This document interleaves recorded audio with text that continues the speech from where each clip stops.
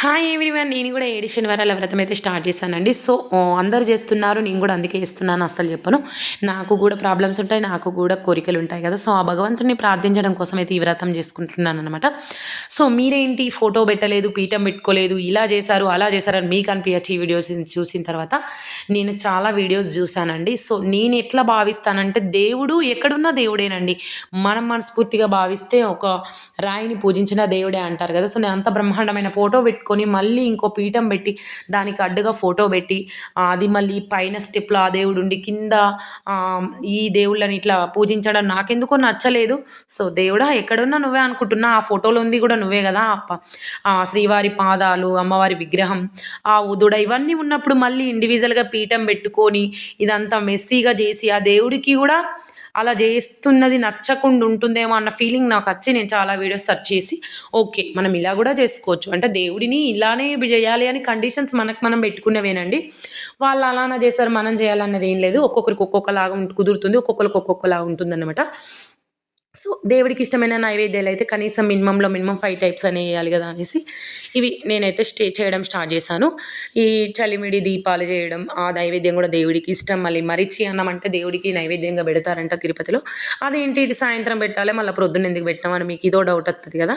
So, దేవుడు సాయంత్రం ఈ నైవేద్యం తిని ప్రొద్దున ఆ నైవేద్యం తింటాడని ఉండదండి. భగవంతుడికి మనస్ఫూర్తిగా నువ్వు ఏది చేస్తావో దాన్నే స్వీకరిస్తాడు.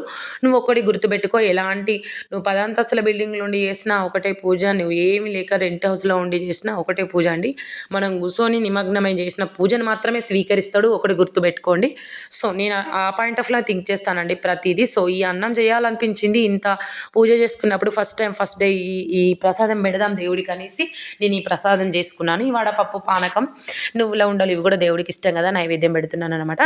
సో, కోరికలు నెరవేరుతాయా? నెరవేరాయా? మనం ఇది ఖచ్చితంగా చేస్తేనే ఇదంతా చెప్పడానికైతే నేను లేదండి. కనీసం మనం మినిమమ్ మనకొక ప్రశాంతమైన జీవితం అయితే భగవంతుడు ఖచ్చితంగా ఇస్తాడన్న నమ్మకం నాకుందండి.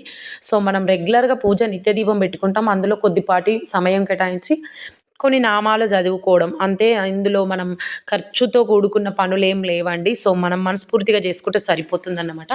సో, నైవేద్యాలైతే చేసుకొని నేను నాకు తోచిన వేలో నేనైతే పూజ చేసేసుకున్నానండి. సో, నాకైతే మంచిగా ప్రశాంతంగా మంచిగా అనుకున్నట్టుగా పూజ సక్రమంగా 5 గంటలు ఉదయం 5 గంటల లోపైతే పూజ అంటే నేను మినిమమ్ 3కి అలా 3:30 కల్లా పూజ సామాగ్రి అంతా కంప్లీట్ చేసుకున్నా. అంటే నేను ఎర్లీ మార్నింగే పెట్టాలన్న కాన్సెప్ట్‌తో ఇలా చేశాను.